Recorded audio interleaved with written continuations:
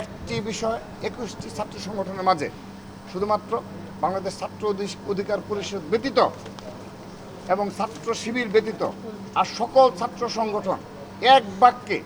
এই বিগত এক বছর যতগুলো মবতন্ত্র কায়েম হয়েছে ঢাকা বিশ্ববিদ্যালয় ক্যাম্পাসে